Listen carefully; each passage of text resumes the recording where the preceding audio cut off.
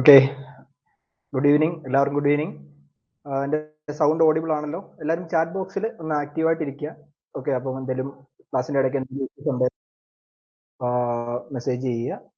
Okay, chat box ഞാൻ സൈഡിൽ open ആക്കി വെച്ചിട്ടാണ് സംസാരിക്കുന്നത്. അതുകൊണ്ട് ക്ലാസ്സിൻ്റെ ടൈമിൽ എന്തെങ്കിലും ഇഷ്യൂസ് എന്തെങ്കിലും ഉണ്ടെങ്കിൽ നിങ്ങൾക്ക് ചാറ്റ് ബോക്സിൽ മെസ്സേജ് ചെയ്യും. ഓക്കെ, അപ്പോൾ എല്ലാവർക്കും എൻ്റെ സൗണ്ട് ഓഡിബിൾ ആണോ? ആരെങ്കിലും ചാറ്റ് ബോക്സിൽ ഒന്ന് മെസ്സേജ് ചെയ്യാവോ? PPTയും ക്ലിയർ ആണോ? സൗണ്ട് ഓഡിബിൾ ആണോ? രണ്ടും ഓക്കെ ആണല്ലോ? Yes, okay, thank you. Okay, അപ്പോൾ നമുക്ക് ഇന്നത്തെ സെഷനിലേക്ക് കിടക്കാം. Yes, thank you.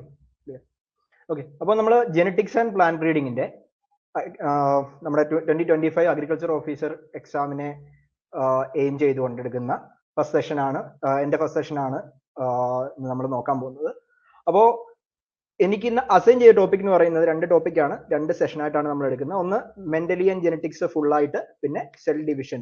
ഓക്കെ, ഈ രണ്ട് പാർട്ടാണ് നമ്മൾ ഇന്ന് കവർ ചെയ്യാൻ പോകുന്നത്. Okay, heredity, Mendelian principles of heredity, okay, then cell ഡിവിഷനിനകത്ത് മൈറ്റോസിസ്. ഇത്ര ഏരിയ നമ്മൾ ഇന്നത്തെ ക്ലാസ്സിൽ കവർ ചെയ്യും. അപ്പോൾ ഞാൻ ഇന്ന് ഫുള്ള് ക്ലാസ്സിന്റെ ഇടയ്ക്ക് നിങ്ങളെല്ലാം ക്ലാസ് കേൾക്കുക.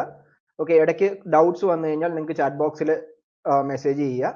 ഓക്കെ, അറ്റ് ദി എൻഡ് നമ്മൾ ഡിസ്കസ് ചെയ്യും. ഓക്കെ, അപ്പോൾ ക്ലിയർ. ഓക്കെ, നമുക്ക് അപ്പോൾ ഇന്നത്തെ ടോപ്പിക്കിലേക്ക് കിടക്കാം. അപ്പോൾ heredity and variation and Mendelian principles of heredity. അപ്പോൾ ഇത്രയും കാര്യങ്ങളാണ് നമ്മൾ മെന്റലിയൻ ജെനറ്റിക്സിനകത്ത് മെയിനായിട്ട് പഠിക്കുന്നത്. അപ്പം മെന്റലിയൻ പ്രിൻസിപ്പിൾസിനകത്ത് എക്സ്ട്രാ ആയിട്ട് മെന്റൽ പ്രിൻസിപ്പിൾ കൂടാതെ തന്നെ അതിന്റെ എക്സെപ്ഷൻസും ഓരോ എക്സ്ട്രാ ആയിട്ട് വരുന്ന എക്സെപ്ഷൻസിന്റെ ഓരോ കേസുകളും മെയിൻ ടേംസുകളും എല്ലാം നമ്മൾ ഡിസ്കസ് ചെയ്ത് പോകും. പല പ്രാവശ്യം ഇതിനകത്തുനിന്ന് ക്വസ്റ്റ്യൻസ് ഒത്തിരി വന്നിട്ടുള്ള ഒരു സെഷനാണ് മെന്റലിയൻ ഇൻഹെറിറ്റൻസ്. ഓക്കെ, അപ്പോൾ നമുക്ക് കുറച്ച് ബേസിക്സ് കൺസെപ്റ്റ്സ് ഡിസ്കസ് ചെയ്തിട്ട് നമുക്ക് മെന്റലിന്റെ എക്സ്പെരിമെന്റ്സിലേക്കും ബാക്കി കാര്യങ്ങളിലേക്കും കിടക്കാം. നിങ്ങളിത് +2 ലെവലിൽ തന്നെ ഇഷ്ടംപോലെ പ്രാവശ്യം പഠിച്ചിട്ടുള്ള കാര്യം തന്നെയാണ്. എന്നാലും നമുക്ക് സ്പെസിഫിക് ആയിട്ട് എക്സാം പോയിന്റ് ഓഫ് വ്യൂവിൽ മെയിൻ ആയിട്ടുള്ള പോയിന്റ്സ് ഡിസ്കസ് ചെയ്ത് മുന്നോട്ട് പോകാം. ഓക്കെ, ഫസ്റ്റ് ഓഫ് ഓൾ എന്താണ് ജെനറ്റിക്സ് എന്ന് പറയുന്ന subject? Okay, as you all know, genetics is a study of heredity and variation. അപ്പോൾ ഹെറിഡിറ്റി എന്താണ്? Heredity includes those characters which are transmitted from one generation to another. ഒരു ജനറേഷനിൽ നിന്നും അടുത്ത ജനറേഷനിലേക്ക് എത്രത്തോളം ക്യാരക്ടേഴ്സ് ട്രാൻസ്മിറ്റ് ആയിട്ടുണ്ട്, പേരന്റിൽ നിന്നും ഓസ്പ്രിങ്ങിലേക്ക് എത്രത്തോളം ക്യാരക്ടേഴ്സ് ട്രാൻസ്ഫർ ആയിട്ടുണ്ട് എന്നതിനെയാണ് നമ്മൾ എന്ത് പറയുന്നത്? ഹെറിഡിറ്റി എന്ന് പറയുന്നത്. വേരിയേഷൻ എന്ന് പറയുന്നത് ഈ ട്രാൻസ്ഫർ പേരന്റിൽ നിന്നും ഓസ്പ്രിങ്ങിലേക്ക് നടക്കുമ്പോൾ, ഓക്കെ, രണ്ട് ഫീനോടൈപ്പ് ഉള്ള അല്ലെങ്കിൽ രണ്ട് ജീനോടൈപ്പ് ഉള്ള പേരന്റും ഓസ്പ്രിങ്ങും നമുക്ക് കിട്ടി. ഓക്കെ, ഈ പേരന്റിലും ഓസ്പ്രിങ്ങിലും എത്രത്തോളം ജെനറ്റിക് ലെവലിൽ അല്ലെങ്കിൽ ഫീനോടൈപ്പിക് ലെവലിൽ അല്ലെങ്കിൽ ജീനോടൈപ്പ് ലെവലിൽ എത്രത്തോളം ഡിഫറൻസുകൾ ഉണ്ട് എന്നതിന്റെ മെഷറാണ് വേരിയേഷൻ. ഓക്കെ, ദാറ്റ് ഈസ് അതാണ് ഡെഫിനിഷൻ പറഞ്ഞിരിക്കുന്നത്. Difference among the individuals of a species for a character. Okay, Arun Kumar, നിങ്ങൾ ഹാൻഡ് റൈസ് ചെയ്യുന്നത് എന്തെങ്കിലും അറിയാതെയാണെന്നുണ്ടെങ്കിൽ ഒരു പ്രാവശ്യം ഞാനൊന്ന് ഡിസ്കസ് ചെയ്യാം ഇതിന്റെ ഇടയ്ക്ക്. അരുൺ കുമാർ കേൾക്കാമോ? എന്താ ഹാൻഡ് റൈസ് ചെയ്തേ? എന്തെങ്കിലും ഇഷ്യൂസ് ഉണ്ടോ? ഒന്നുമില്ല. അപ്പോൾ ഞാൻ നമ്മുടെ ക്ലാസിന്റെ കണ്ടിന്യൂറ്റിയുടെ ഇഷ്യൂ, ഇത്രയും പേരുള്ള ഒരു ക്ലാസ്സുമാണ്. അപ്പോൾ അതിന്റെ ഒരു കണ്ടിന്യൂറ്റി പോകാതിരിക്കാൻ വേണ്ടി ഞാൻ ഹാൻഡ് റൈസിങ് ചെയ്താലും ഞാൻ ലാസ്റ്റ് നമുക്ക് ഡിസ്കസ് ചെയ്യാം. ഓക്കെ, അല്ലെങ്കിൽ നമുക്ക് ഈ ഒരു ടൈം പീരീഡിൽ നമുക്ക് ഇത്രയും പോയിന്റ്സും ഡിസ്കസ് ചെയ്ത് തീർക്കണം. അപ്പൊ അങ്ങനെ മുന്നോട്ട് പോകാൻ പറ്റില്ല. അതുകൊണ്ട് നമുക്ക് ലാസ്റ്റ് ഡിസ്കസ് ചെയ്യാം എന്ത് കാര്യം ഉണ്ടെങ്കിൽ. ക്ലിയർ? ഓക്കെ, അപ്പോൾ നമ്മൾ ഹെറിഡിറ്റിയും വേരിയേഷനും എന്താന്ന് പറഞ്ഞു. So genetics is a study of heredity and variation. ഇനി ജെനറ്റിക്സിന്റെയും പ്ലാന്റ് ബ്രീഡിന്റെയും ഹിസ്റ്ററിയിലേക്ക് പോകുന്നതിന് മുന്നേ ആയിട്ട് ഇതിന്റെ മെയിൻ ടേംസ് കോയിൻ ചെയ്ത ആൾക്കാരെയും അതുപോലെ തന്നെ ഫാദർ ഓഫ് ജെനറ്റിക്സ് അല്ലെങ്കിൽ ഫാദർ ഓഫ് എക്സ്പെരിമെന്റൽ ജെനറ്റിക്സ് അല്ലെങ്കിൽ മോഡേൺ ജെനറ്റിക്സ് എന്ന് പറയുന്നതൊക്കെ ആരാണ് എന്നൂടെ നമുക്ക് നോക്കിയിട്ട് പോവാം. First TH Morgan, Thomas Morgan ആണ് ഫാദർ ഓഫ് എക്സ്പെരിമെന്റൽ ജെനറ്റിക്സ്. അതുപോലെ തന്നെ ഫാദർ ഓഫ് മോഡേൺ ജെനറ്റിക്സും ആര് തന്നെയാണ്? തോമസ് മോർഗൻ തന്നെയാണ്. അപ്പൊ അദ്ദേഹം വർക്ക് ചെയ്ത ഓർഗാനിസം ഓർത്ത് വെക്കുക. അദ്ദേഹം വർക്ക് ചെയ്തത് ഡ്രോസോഫില മെലാനോഗാസ്റ്റർ എന്ന് പറഞ്ഞ ഫ്രൂട്ട് ഫ്ലൈയിലാണ് അദ്ദേഹത്തിന്റെ ഫുള്ള് വർക്കുകളും നടന്നത്. ഓക്കെ, ദെൻ രണ്ടാമത്തെ മെയിൻ സയന്റിസ്റ്റ് ആണ് 1905 Bateson. Okay, Bateson, W Bateson. അദ്ദേഹമാണ് ജെനറ്റിക്സ് എന്ന ടേം കോയിൻ ചെയ്തത്. ജെനറ്റിക്സ് എന്ന ടേം കോയിൻ ചെയ്യുന്നത്. ദെൻ എല്ലാവർക്കും അറിയാവുന്ന പോലെ തന്നെ ഗ്രിഗർ ജോഹാൻ മെൻഡലാണ് ഫാദർ ഓഫ് ജെനറ്റിക്സ്. ദെൻ അതുപോലെ തന്നെ ജെനറ്റിക്സിലെ ഏറ്റവും ഇമ്പോർട്ടന്റ് ആയിട്ടുള്ള ടേമായ ജീൻ എന്ന ടേം ഫസ്റ്റ് കോയിൻ ചെയ്ത 1909 ജൊഹാൻസൺ ആണ്, വില്യം ജൊഹാൻസൺ. ഓക്കെ, അദ്ദേഹം നമ്മുടെ ഗ്രിഗർ ജോഹാൻ മെൻഡൽ അതിനു മുന്നേ ജീൻ എന്ന് പറഞ്ഞ ആ ഒരു കൺസെപ്റ്റിനെ വിളിച്ചിരുന്നത് ഫാക്ടേഴ്സ് എന്നായിരുന്നു. ഫാക്ടേഴ്സ് എന്നായിരുന്നു അദ്ദേഹം അതിനെ ജീൻ എന്ന് പറഞ്ഞ നമ്മൾ ഇന്ന് പറയുന്ന അല്ലെങ്കിൽ ജൊഹാൻസൺ കോയിൻ ചെയ്ത ജീൻ എന്ന് പറയുന്ന ആ ഒരു ഏരിയയെ, ക്രോമോസോമിലെ ആ ഒരു ഏരിയയെ ഗ്രിഗർ ജോഹാൻ മെൻഡൽ വിളിച്ചത് ഫാക്ടേഴ്സ് എന്നായിരുന്നു. ഓക്കെ, അതുകൂടാതെ തന്നെ വില്യം ജൊഹാൻസൺ ജീനോടൈപ്പ് ഫീനോടൈപ്പ് എന്ന രണ്ട് ടേമും കോയിൻ ചെയ്തത് ആര് തന്നെയാണ്? വില്യം ജൊഹാൻസൺ തന്നെയാണ്. ഓക്കെ, അതെന്താണെന്നും ബാക്കി കാര്യങ്ങൾ നമുക്ക് മുന്നോട്ട് ഡിസ്കസ് ചെയ്യാം. അപ്പൊ നമുക്ക് മെൻഡലിയൻ ജെനറ്റിക്സിന്റെ കാര്യങ്ങൾ ഡിസ്കസ് ചെയ്യുന്നതിന് തൊട്ട് മുന്നേ ആയിട്ട് അതിന് മുന്നേ ആ ഉണ്ടായ ഡെവലപ്മെന്റ്സ്, ജെനറ്റിക്സ് എന്ന സബ്ജക്റ്റിൽ അല്ലെങ്കിൽ പ്ലാന്റ് ബ്രീഡിംഗ് ആൻഡ് ജെനറ്റിക്സ് എന്ന സബ്ജക്റ്റിൽ ഉണ്ടായ ഡെവലപ്മെന്റ്സിനെ നമുക്ക് ഒരു 4 ഇറയായിട്ട് ക്ലാസിഫൈ ചെയ്ത് കഴിഞ്ഞാൽ, ഒന്ന് മെൻഡലിയൻ ജെനറ്റിക്സിന്റെ ബേസിസിൽ ക്ലാസിഫൈ ചെയ്യുകയാണെങ്കിൽ പ്രീ മെൻഡലിയൻ ഇറ, മെൻഡലിന്റെ കണ്ടുപിടുത്തങ്ങൾക്ക് പുറത്തു വരുന്നതിന് മുന്നത്തെ കാലഘട്ടം, മെൻഡലിയൻ ഇറ ദാറ്റ് ഈസ് ബിറ്റ്വീൻ 1900 to 1920. കാരണം എന്താണ്? 1900 മെൻഡലിന്റെ സ്റ്റഡീസ് റീഡിസ്കവർ ചെയ്യപ്പെടുന്നത്. സോ അതുകൊണ്ട് നമ്മൾ മെൻഡലിയൻ എറ എന്ന് പറയുന്നു. മെൻഡലിന്റെ കണ്ടുപിടുത്തങ്ങൾ കണ്ടുപിടിച്ച വർഷം മുതൽ 20 വർഷം. ദെൻ പോസ്റ്റ് മെൻഡലിയൻ ഇറയാണ് 21 to 50. മോഡേൺ ജെനറ്റിക്സിന്റെ ഇറയാണ് 1950 ശേഷം വരുന്നത്. ഓക്കെ, അപ്പോൾ ഈ ഒരു ടൈം ലൈൻ എല്ലാവരും മനസ്സിൽ വെക്കുക. നമ്മൾ ഇപ്പോൾ ഇന്നത്തെ ക്ലാസ്സിൽ പ്രീ മെൻഡലിയൻ ഇറയുടെ കുറച്ച് മെയിൻ പോയിന്റ്സും ദെൻ മെൻഡലിയൻ ഇറയുടെ ഫുൾ ഡീറ്റെയിൽസും ആണ് നമ്മൾ ആദ്യത്തെ പാർട്ടിൽ കവർ ചെയ്യാൻ പോകുന്നത്. അപ്പോൾ പ്രീ മെൻഡലിയൻ ഇറയിലേക്ക് വന്നു കഴിഞ്ഞാൽ 1900 മുന്നേ ഉള്ള കാര്യങ്ങളാണ് പ്രീ മെൻഡലിയൻ ഇറയിൽ വരുന്നത്. അപ്പൊ അതിനകത്തെ മെയിൻ പോയിന്റ്സ് എല്ലാവരും ഒന്ന് ഓർത്ത് വെക്കുക. ഫസ്റ്റ് ഓഫ് ഓൾ ഇതെല്ലാം ജസ്റ്റ് ബൈ ഹാർട്ട് ചെയ്യേണ്ട കാര്യങ്ങളാണ്. കാരണം ഇതെല്ലാം ഡയറക്റ്റ് ക്വസ്റ്റ്യൻസ് ആണ്. ഇതിനകത്തൊന്നും ഇൻഡയറക്റ്റ് ആയിട്ട് കൺസെപ്ച്വൽ ആയിട്ട് ചോദിക്കാനൊന്നുമില്ല. എല്ലാം ഡയറക്റ്റ് ക്വസ്റ്റ്യൻസ് ആയിട്ടായിരിക്കും വരുന്നത്. അപ്പോൾ അതിനകത്ത് ഞാൻ ഹൈലൈറ്റ് ചെയ്ത് ഈ ഇന്നത്തെ ക്ലാസ്സിൽ ഫുള്ള് പവർ പോയിന്റിൽ ഹൈലൈറ്റ് ചെയ്തിരിക്കുന്ന ഭാഗങ്ങളിൽ നിന്നെല്ലാം ക്വസ്റ്റ്യൻസ് വരാൻ ചാൻസ് ഉള്ള ഭാഗങ്ങളാണ്. കൺസെപ്ച്വൽ അല്ല, ഡയറക്റ്റ് ക്വസ്റ്റ്യൻസ് വരാൻ ചാൻസ് ഉള്ള ഭാഗങ്ങളാണ്. അപ്പോൾ അതെല്ലാം നിങ്ങളൊന്ന് ശ്രദ്ധിച്ച് തന്നെ റിവൈസ് ചെയ്ത് അല്ലെങ്കിൽ പഠിച്ച് വേഗം പോവുക. ഓക്കെ, അപ്പോൾ ഫസ്റ്റ് പോയിന്റ് ആണ് അരിസ്റ്റോട്ടിൽ. 1350s ഇയർ നിങ്ങൾ ഇതിനകത്ത് അരിസ്റ്റോട്ടിൽ ഇയർ ഒന്നും പഠിച്ചില്ലെങ്കിലും okay, father of zoology and biology രണ്ടും ആരാണ്? അരിസ്റ്റോട്ടിലാണ്. ഓക്കെ, അദ്ദേഹം തന്നെയാണ് theory of spontaneous generation, okay, theory of spontaneous generation propose ചെയ്തതും ആരാണ്? അരിസ്റ്റോട്ടിലാണ്. അപ്പോൾ അതിന് തന്നെ പറയുന്ന മറ്റൊരു പേരാണ് എ ബയോജെനിസിസ്. ഓക്കെ, എന്ന് വെച്ചാൽ അതിന്റെ അർത്ഥം എന്താണ്? ലൈഫ്, ജീവൻ ഉണ്ടായത് ജീവൻ ഇല്ലാത്ത വസ്തുക്കളിൽ നിന്നാണെന്നാണ് തിയറി ഓഫ് സ്പോണ്ടേനിയസ് ജനറേഷൻ പറയുന്നത്. ക്ലിയർ? അപ്പൊ ഈ ഒരു കൺസെപ്റ്റ് പ്രപ്പോസ് ചെയ്ത ആരാണ്? അരിസ്റ്റോട്ടിലാണെന്ന് ഓർത്ത് വെക്കുക. ദെൻ 17th സെഞ്ചുറിയിലാണ് സാമർഡൺ ആൻഡ് ബോണറ്റ് എന്ന് പറഞ്ഞ രണ്ട് സയന്റിസ്റ്റുമാര് preformation theory, okay, preformation theory എന്നൊരു തിയറിയുമായിട്ട് വരുന്നു. അപ്പൊ എല്ലാവർക്കും അറിയേണ്ടതെന്ന് പറഞ്ഞാൽ എന്താണ്? പുതിയൊരു ഓർഗാനിസം എങ്ങനെ ഉണ്ടാവുന്നു, അതിന്റെ ഓർഗൻസ് എങ്ങനെ ഡെവലപ്പ് ചെയ്യുന്നു, ഈ കാര്യങ്ങളെല്ലാം എങ്ങനെയാണ് ഒരു രണ്ട് പേരൻസിൽ നിന്ന് ഒരു പുതിയൊരു ഓർഗാനിസം ഡെവലപ്പ് ആവും. അതാണ് എല്ലാവരുടെയും ഒരു കൺസെപ്റ്റ്. അല്ലെങ്കിൽ പുതിയൊരു ജനറേഷൻ എങ്ങനെ ഉണ്ടാവുന്നു ഒരു ഓർഗാനിസത്തിന്റെ. ഓക്കെ, അപ്പൊ അതിനെ അഡ്രസ് ചെയ്തുകൊണ്ടുള്ള അടുത്ത തിയറിയാണ് preformation theory by Swammerdam and Bonnet. അപ്പൊ അവർ പറഞ്ഞ എന്താണ്? Miniature humans in gametes are called homunculus. Okay, homunculus. അപ്പൊ ഇവർ പറഞ്ഞത് ഗമേറ്റിൽ, ഓരോ ഗമേറ്റിലും ഒരു മിനിയേച്ചർ ഹ്യൂമന് വേണ്ട ഒരു സെൽ കമ്പോണൻസ് എല്ലാം അടുത്ത ജനറേഷനിലേക്ക് പോകുന്നു, പ്രീ ഫോം ആയിട്ട് തന്നെ പോകുന്നു എന്നാണ് ആര് പ്രപ്പോസ് ചെയ്ത കൺസെപ്റ്റ്? സാമർഡൺ and Bonnet. അപ്പൊ ഇവര് പ്രപ്പോസ് ചെയ്ത ടേം ഓർക്കുക. അതുപോലെ തന്നെ തിയറിയുടെ പേര്, പ്രീ ഫോർമേഷൻ തിയറി എന്ന തിയറിയുടെ പേരും ആ സയന്റിസ്റ്റിന്റെ കൂടെ ലിങ്ക് ചെയ്ത് ഓർത്ത് വെക്കുക. ഓക്കെ, ദെൻ കംസ് 1665 എന്ത് വരുന്നു? Robert hook. അതൊരു മെയിൻ ഡിസ്കവറി ആയിരുന്നു. റോബർട്ട് ഹുക്ക്, ഈവൻ ദോ അദ്ദേഹം ലൈവ് സെൽസിനെ അല്ല കണ്ടതെങ്കിലും ഫസ്റ്റ് റോബർട്ട് ഹുക്ക് ആണ് ഈ പറഞ്ഞ പോലെ ഒരു നോൺ ലിവിങ് ആയിട്ടെങ്കിലും ഉള്ള ഒരു സെല്ലിനെ ആദ്യമായി ഡിസ്ക്രൈബ് ചെയ്യുന്നത്. Okay, cell. അദ്ദേഹം എന്തിനു വെച്ചു? അതിനൊരു കമ്പാർട്ട്മെന്റ്, ഒരു സ്മോൾ ബോക്സ് എന്നാണ് ആദ്യം എഴുതിയത്. പിന്നെ അതിന് ടേം, ഒരു സെൽ എന്ന് പറഞ്ഞ ടേമും കോയിൻ ചെയ്യുകയുണ്ടായി. ഓക്കെ, അപ്പം term cell honeycomb like structure cork സെല്ലുകളുടെ ഹണികോം ലൈക്ക് സ്ട്രക്ചർ ആണ് റോബർട്ട് ഹുക്ക് കണ്ടെത്തിയത്. അതുകൊണ്ട് അദ്ദേഹത്തിനെ എന്തും വിളിക്കുന്നു? Father of cell biology. ഓക്കെ, ഫാദർ ഓഫ് സെൽ ബയോളജി എന്നും അദ്ദേഹത്തിനെയാണ് വിളിക്കുന്നത്. ക്ലിയർ? നമുക്കിനി അടുത്തൊരു പോയിന്റിലേക്ക് വരികയാണ്. വളരെ ഇമ്പോർട്ടന്റ് ആയിട്ടുള്ള ഒരു പോയിന്റ് ആണ് തോമസ് ഫെയർചൈൽഡ്.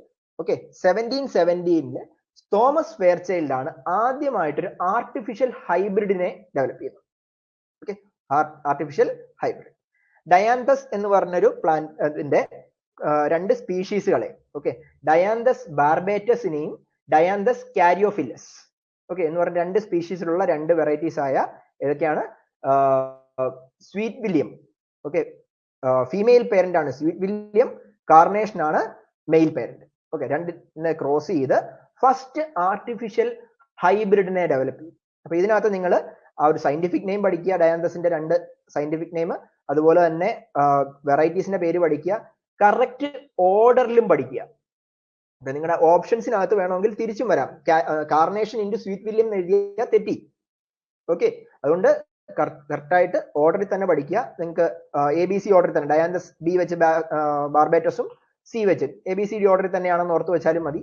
ബാർബേറ്റസ് ഇൻറ്റു കാരിയോഫില്ലസ് ആണ് വരുന്നത്. അപ്പൊ അങ്ങനെ ഡെവലപ്പ് ചെയ്ത ഒരു ഹൈബ്രിഡിനെ, ഡയാന്തസിന്റെ ഹൈബ്രിഡിനെ എന്താണ് അദ്ദേഹം പേര് കൊടുത്തത്? ഫെയർചൈൽഡ്സ് മ്യൂൾ. ഓക്കെ, ഫെയർചൈൽഡ്സ് മ്യൂൾ എന്ന പേരാണ് കൊടുത്തത്. ക്ലിയർ ആണല്ലോ? യെസ്. അപ്പോൾ അടുത്ത പോയിന്റിലേക്ക് പോവാം. 1759 അതിനുശേഷം വൂൾഫ് എന്ന് പറയുന്ന സയന്റിസ്റ്റ് ആണ് theory of epigenesis. Okay, theory of epigenesis, അല്ലെങ്കിൽ അതിന് പറയുന്ന മറ്റൊരു പേരാണ് theory of neo formation theory. ഇദ്ദേഹം എന്താണ് പറഞ്ഞതെന്ന് വെച്ചാൽ, നമ്മുടെ ഓർഗൻസ് എല്ലാം ഡെവലപ്പ് ചെയ്യുന്നത് ഡിഫറൻസിയേഷൻ വഴിയാണ്. നേരത്തെ പറഞ്ഞ കൺസെപ്റ്റ് എന്തായിരുന്നു? ആ ഓർഗൻസിന്റെ എല്ലാത്തിനും ഒരു മിനിയേച്ചർ അടുത്ത ജനറേഷനിലേക്ക് പോകുന്നു എന്നാണ് ആര് പറഞ്ഞത്? നമ്മുടെ സാമർഡൺ ആൻഡ് ബൊണറ്റ് പ്രീഫോർമേഷൻ തിയറി പറഞ്ഞത്. അപ്പോ തിയറി ഓഫ് എപ്പിജെനിസിസ് ആണ് ഏത് തിയറിയെ തെറ്റാണെന്ന് പ്രൂവ് ചെയ്തത്? പ്രീഫോർമേഷൻ തിയറിയെ തെറ്റാണെന്ന് പ്രൂവ് ചെയ്തത്. അപ്പൊ ആ ഒരു പോയിന്റ് ഓർത്ത് വെക്കുക. അപ്പോ പ്രീഫോർമേഷൻ തിയറി റോങ് എന്ന് പ്രൂവ് ചെയ്തത് ആരാണ്? വൂൾഫ് എന്ന സയന്റിസ്റ്റ് ആണ്. അദ്ദേഹം പ്രപ്പോസ് ചെയ്ത തിയറിയാണ് എപ്പിജെനിസിസ്. അദ്ദേഹത്തിന് പ്രകാരം പുതിയ ഓർഗൻസ് ഉണ്ടാവുന്നത് ഡിഫറൻസിയേഷൻ, എംബ്രിയോണിക് ടിഷ്യൂസിന്റെ ഡിഫറൻസിയേഷൻ വഴിയാണ് പുതിയൊരു ഓർഗാനിസം ഉണ്ടാവുന്നത്. ഒരു എംബ്രിയോ ആണ് ആദ്യം ഉണ്ടാവുന്നത്, എന്നിട്ട് അത് ഡിഫറൻഷിയേറ്റ് ചെയ്താണ് ഒരു പുതിയൊരു ഓർഗാനിസം ഉണ്ടാവുന്നതെന്ന് പ്രപ്പോസ് ചെയ്തു. ക്ലിയർ ആണല്ലോ? അപ്പൊ ഈ ഇത്രയും പോയിന്റ്സ് ഇതിനകത്ത് ഇയേഴ്സ് യൂഷ്വലി പ്രീ മെന്റലി നിറയിലെ ക്വസ്റ്റ്യൻസ് യൂഷ്വലി ഇയർ വൈസ് ചോദിക്കാറില്ല, അങ്ങനെ ചോദിച്ച് കണ്ടിട്ടില്ല കോമ്പറ്റേറ്റീവ് എക്സാമിന്. പക്ഷേ ഇതിനകത്തെ പോയിന്റ്സ് നമ്മൾ ഡിസ്കസ് ചെയ്ത ക്രോസുകൾ, അതിന്റെ പോയിന്റ്സ് എല്ലാം എല്ലാവരും കൃത്യമായിട്ട് ഓർത്തിരിക്കുക. ഓക്കെ, കുറച്ച് പോയിന്റ്സ് ഡിസ്കസ് ചെയ്യാം, കുറച്ച് മെയിൻ സയന്റിസ്റ്റുമാരുടെ കാര്യം. ദെൻ 17th സെഞ്ചുറിയുടെ ലേറ്റർ ഹാഫിൽ 1761 കോൾറിയൂട്ടർ വളരെ ഇമ്പോർട്ടന്റ് ആയിട്ടുള്ള സയന്റിസ്റ്റ് ആണ്. നമ്മൾ ഇനി അങ്ങോട്ടുള്ള ജെനറ്റിക്സിന്റെ ക്ലാസ്സുകളിൽ എല്ലാം മെയിൻലി പ്ലാന്റ് ബ്രീഡിങ്ങിന്റെ പാർട്ടിൽ ഏറ്റവും ഇമ്പോർട്ടന്റ് ആയിട്ടുള്ള സയന്റിസ്റ്റ് ആണ് കോൾറിയൂട്ടർ. അതുപോലെ സെല്ലിന്റെ സ്റ്റഡിയിലും. ഓക്കെ, അപ്പം എല്ലാവരും അദ്ദേഹത്തിന്റെ കോൺട്രിബ്യൂഷൻസ് ഓർത്ത് വെക്കുക. അത്രയും ഏർലി ടൈമിൽ 17th സെഞ്ചുറീസിലാണ് അദ്ദേഹത്തിന്റെ സ്റ്റഡീസ് മെയിൻലി വരുന്നതെന്ന് പറയുന്നത്. Uniformity and heterosis in F1. Okay, uniformity and heterosis in F1, ഈ രണ്ട് കൺസെപ്റ്റ്. ഹെട്രോസിസ്, നമ്മുടെ F1 ജനറേഷനിൽ ഹെട്രോസിസ് എന്ന് പറഞ്ഞൊരു കൺസെപ്റ്റ് ഉണ്ടെന്നും അത് യൂണിഫോം ആയിട്ട് F1-ലെ എല്ലാ പ്ലാന്റ്സും യൂണിഫോം ആയിട്ട് ഹെട്രോസൈഗസ് കണ്ടീഷനിലായിരിക്കുമെന്ന് പറഞ്ഞ ആളാണ് കോൾറിയൂട്ടർ. ഓക്കെ, ദെൻ വളരെ ഇമ്പോർട്ടന്റ് ആയിട്ട് ഉള്ളൊരു കാര്യം എന്ന് പറഞ്ഞാൽ റീപ്രൊഡക്റ്റീവ് ബയോളജിയിൽ മെയിൻലി ഫീമെയിലും മെയിലും എന്ന് പറഞ്ഞ രണ്ട് പേരൻസ് ഈക്വലി കോൺട്രിബ്യൂട്ട് ചെയ്താണ് ഒരു ഹൈബ്രിഡ് അല്ലെങ്കിൽ ഒരു F1 ജനറേഷൻ ഉണ്ടാവുന്നതെന്ന് ആദ്യമായി പ്രപ്പോസ് ചെയ്ത സയന്റിസ്റ്റ് ആണ് കോൾറിയൂട്ടർ. ഓക്കെ, പിന്നെ മറ്റ് രണ്ട് ഇമ്പോർട്ടന്റ് ടേംസ്, വളരെ ഇമ്പോർട്ടന്റ് ആയിട്ടുള്ള ടേംസ്, നിങ്ങൾക്ക് ഒന്ന് ലെക്ചർ ആയിട്ട് തന്നെ എടുക്കേണ്ട ടോപ്പിക്കുകളാണ്. സെൽഫ് ഇൻകമ്പാറ്റബിലിറ്റിയും മെയിൽ സ്റ്റെറിലിറ്റി. ഇത് രണ്ടും എന്താണ്? സെൽഫ് പോളിനേഷനെ അവോയ്ഡ് ചെയ്യുകയും ക്രോസ് പോളിനേഷനെ ഫേവറും ചെയ്യുന്ന മെക്കാനിസങ്ങളാണ് എന്ത്? സെൽഫ് ഇൻകമ്പാറ്റബിലിറ്റിയും മെയിൽ സ്റ്റെറിലിറ്റിയും. ഓക്കെ, അപ്പൊ അപ്പൊ അത് കോൾഡ്രൂട്ടർ ആണ് അത് പ്രപ്പോസ് ചെയ്തതെന്നും അല്ലെങ്കിൽ ആ ഒരു റിപ്പോർട്ട് ആദ്യമായിട്ട് ചെയ്തതെന്ന് ഓർത്ത് ഇരിക്കുക. ക്ലിയർ ആണല്ലോ? യെസ്. ദെൻ അടുത്താണ് 1809 വരുന്ന ലാമാർക്കിന്റെയും അതിനുശേഷം 18th സെഞ്ചുറിയിലെ ഇവല്യൂഷന്റെ സ്റ്റഡീസ്. നിങ്ങളപ്പോ ഒരു ടൈം ലൈൻ ഓർത്ത് വെക്കുക.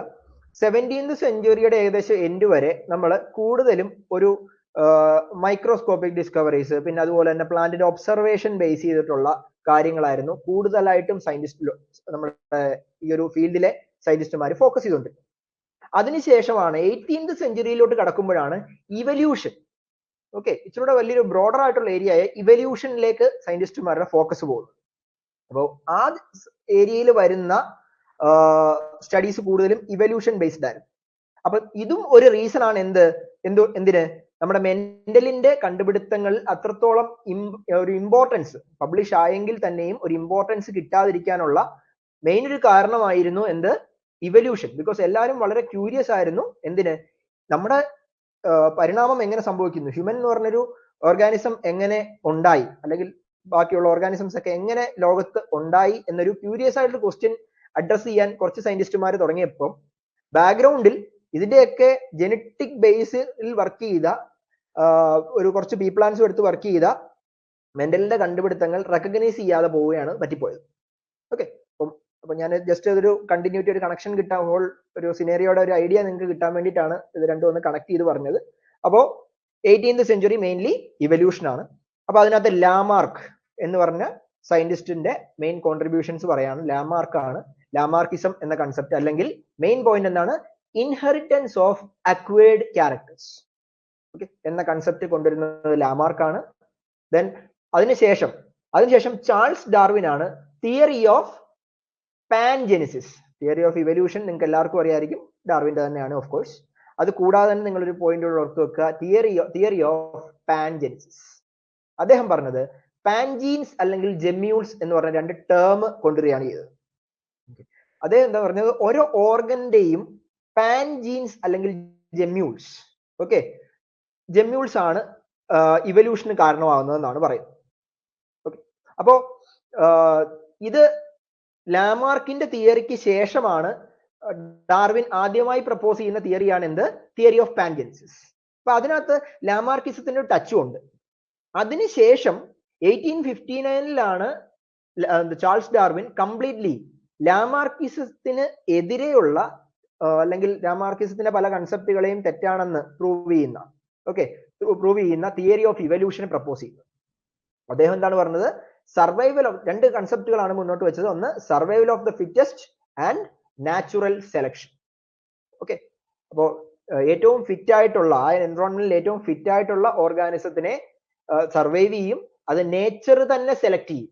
ആ സെലക്ഷൻ പ്രഷർ കൊടുക്കുന്നത് ആരാണ്, നേച്ചർ ആണ്. സെലക്ഷൻ പ്രഷർ കൊടുക്കുന്നത് നേച്ചർ തന്നെ നാച്ചുറലി സെലക്ട് ചെയ്യുകയാണ് ചെയ്യുന്നതെന്നാണ് ആര് പറഞ്ഞത്, ചാൾസ് ഡാർവിൻ പറഞ്ഞു. ലാമാർക്ക് പറഞ്ഞത് ഒരാളുടെ ലൈഫ് ടൈമിൽ, ഒരു ഓർഗാനിസത്തിന്റെ ലൈഫ് ടൈമിൽ ഉണ്ടായ ക്യാരക്ടറുകൾ അത് ഇൻഹെറിറ്റ് ആവപ്പെടും. ഇപ്പം മസിലുള്ള ഒരാൾക്ക് മസിലുള്ള ഒരു കുട്ടി ഉണ്ടാവും എന്ന് പറയുന്ന പോലെ. അപ്പൊ അങ്ങനത്തെ ഒരു കൺസെപ്റ്റ് ആയിരുന്നു ലാമാർക്കിന്റെ. ഓക്കെ, അപ്പൊ ഇത് ലാമാർക്കിസം വന്നു, തിയറി ഓഫ് പാൻജെനിസിസ് വന്നു ചാൾസ് ഡാർവിന്റെ. ലേറ്റർ തിയറി ഓഫ് ഇവല്യൂഷനും അദ്ദേഹം പ്രപ്പോസ് ചെയ്തു.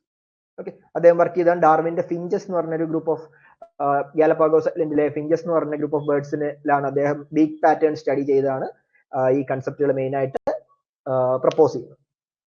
ക്ലിയർ? അപ്പൊ ഇത്രയും കാര്യങ്ങൾ ഓർത്ത് വെക്കുക. ദെൻ അടുത്തതാണ് ഓഗസ്റ്റ് വീൻസ്മാൻ. ഇതും വളരെ ഇമ്പോർട്ടന്റ് ഒരു പാർട്ടാണ്.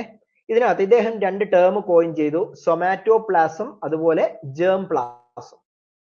രണ്ട് ടേം ഓർത്ത് വെക്കുക. അതിന്റെ കൂടെ മെയിൻ ആയിട്ടുള്ള കാര്യം, ലാമാർക്കിന്റെ തിയറിയെ കംപ്ലീറ്റ് ആയി ഒരു എക്സ്പെരിമെന്റ് ബേസ് ചെയ്ത് ഡിസ്പ്രൂവ് ചെയ്ത സയന്റിസ്റ്റ് ആണ് ആര്, August Weismann. Okay, Lamarckism was disproved by ആര്, ഡാർവിൻ അല്ല. ഓക്കെ, ഓഗസ്റ്റ് വീൻസ്മാൻ ആണ് ഒരു എക്സ്പെരിമെന്റ് വെച്ചിട്ട് അതിനെ ഡിസ്പ്രൂവ് ചെയ്തത്. അപ്പൊ അതിന്റെ എന്താന്ന് ജസ്റ്റ് ഒന്ന് പറഞ്ഞുതരാം. ലാമാർക്കിസത്തിനകത്ത് എന്താണ് പറഞ്ഞത് അദ്ദേഹം, ഒരു ഓർഗാനിസത്തിന് ലൈഫ് ടൈമിൽ എന്തെങ്കിലും ബോഡിയിൽ ഒരു ചേഞ്ച് സംഭവിച്ചാൽ അത് ഇൻഹെറിറ്റ് ആവപ്പെടും. ഓക്കെ, അപ്പം ഓഗസ്റ്റ് വീൻസ്മാൻ എന്ന് പറഞ്ഞ സൈക്കോ ഇൻസ്റ്റിങ്ക്റ്റ് ഉള്ള ഒരു സയന്റിസ്റ്റ് എന്ത് ചെയ്തു, ഓക്കെ, അതായത് റിയലി ഒരു സൈക്കോ ഇൻസ്റ്റിങ്ക്റ്റ് ഉള്ള ഒരു എക്സ്പെരിമെന്റ് ആണ് പുള്ളി ചെയ്തത്. അദ്ദേഹം ഒരു ജനറേഷനിൽ ഒരു എലിയുടെ വാല് മുറിച്ചു കളഞ്ഞു. ഓക്കെ, എന്നിട്ട് അതിനെ മേറ്റ് ചെയ്യാൻ അനുവദിച്ചു. അടുത്ത ജനറേഷൻ വന്നു. അടുത്ത ജനറേഷൻ ഉണ്ടായ എലിക്കും എന്തുണ്ടായിരുന്നു? വാലുണ്ടായിരുന്നു. അങ്ങനെ അപ്പൊ അക്വേർഡ് ടൈമിൽ ആ ഒരു എലിയുടെ ഗ്രോത്ത് ടൈമിൽ അല്ലെങ്കിൽ ആ ഒരു ലൈഫ് ടൈമിൽ ഉണ്ടായ ഒരു ചേഞ്ച് ആണല്ലോ ഈ വാല് മുറിഞ്ഞു പോയി എന്നുള്ളത്. അപ്പൊ അത് ഇൻഹെറിറ്റ് ആവുന്നതാണ് പുള്ളി നോക്കുന്നത്. അങ്ങനെ പുള്ളി 1-2 ജനറേഷൻ അല്ല ചെയ്തത്, കൺഫർമേഷന് വേണ്ടി 22 ജനറേഷൻ ഇതേ എക്സ്പെരിമെന്റ് കണ്ടിന്യൂ ചെയ്തു. ഓക്കെ, അങ്ങനെ നമ്മുടെ ഇൻഹെറിറ്റൻസ് ഓഫ് അക്വേർഡ് ക്യാരക്ടേഴ്സ് എന്ന് പറഞ്ഞ ലാമാർക്കിന്റെ തിയറിയെ അദ്ദേഹം ഡിസ്പ്രൂവ് ചെയ്തു. ക്ലിയർ? അപ്പോ ഈ കാര്യം ഓർത്തു വെക്കുക. ഓഗസ്റ്റ് വിൻസ്മാൻ 1883 ഈ പറഞ്ഞ ജേം പ്ലാസം തിയറി എന്ന കൺസെപ്റ്റ് കൊണ്ടുവരുന്നത് ബൈ ഡിസ്പ്രൂവിങ് എന്ത്? ലാമാർക്കിന്റെ theory of inheritance of acquired characters. Okay, ഇത്രയും പോയിന്റ്സ് ക്ലിയർ ആയെന്ന് വിശ്വസിക്കുന്നു.